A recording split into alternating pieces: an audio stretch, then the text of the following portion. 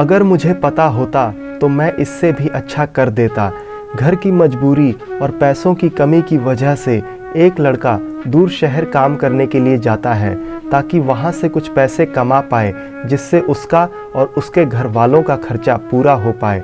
वह लड़का काफ़ी दिनों तक काम की तलाश करता है और आखिरकार उसे काम मिल जाता है।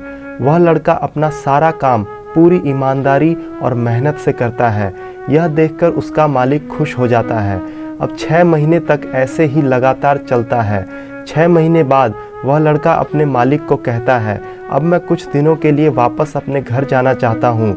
और उस लड़के को पूरी उम्मीद थी कि उसका मालिक उसे घर जाने से नहीं रोकेगा, लेकिन उस लड़के की सोच के विपरीत उसका मालिक कहता है, नहीं, तुम्हें 2 महीने का थोड़ा और काम करना है और फिर उसके बाद अपने घर जा सकते हो।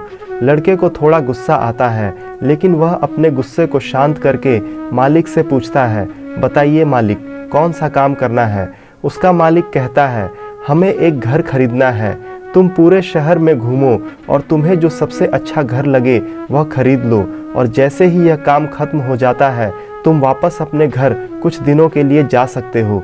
यह सुनकर गांव का लड़का खुश हो जाता है और जल्दी जल्दी घर को खरीदने का काम खत्म कर देता है। वह मालिक के पास जाता है और कहता है, मालिक, मैंने सबसे अच्छा घर आपके लिए खरीद लिया है। मालिक हैरान हो जाता है और कहता है, सिर्फ 10 दिन में तुमने अच्छा सा घर खरीद भी लिया। गांव का लड़का कहता है, हाँ, ये घर काफ़ी बढ़िया था, इसलिए मैंने खरीद लिया।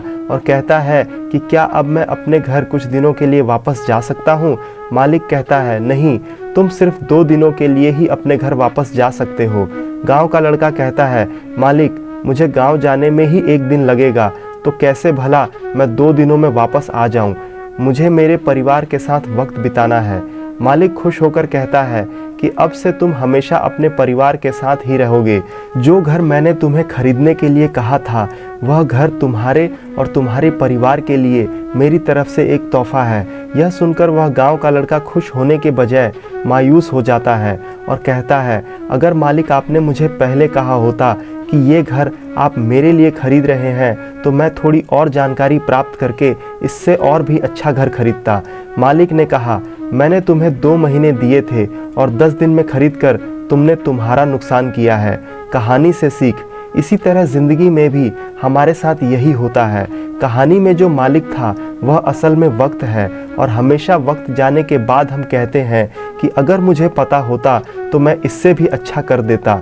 इसलिए आप अभी ज़िंदगी में जो भी कर रहे हो उसे पूरे जुनून और मेहनत के साथ कीजिए, क्योंकि आपका आज किया हुआ काम ही आपकी ज़िंदगी को रूप देता है, और न जाने आपका आज किया हुआ कौन सा काम आपकी ज़िंदगी बदल डाले। आशा करता हूँ इस कहानी को सुनकर आपको अपने काम को पूरी मेहनत और ईमानदारी से करने की सीख मिली होगी। अगर वीडियो अच्छा लगा तो वीडियो को लाइक और चैनल को सब्सक्राइब ज़रूर करें। धन्यवाद।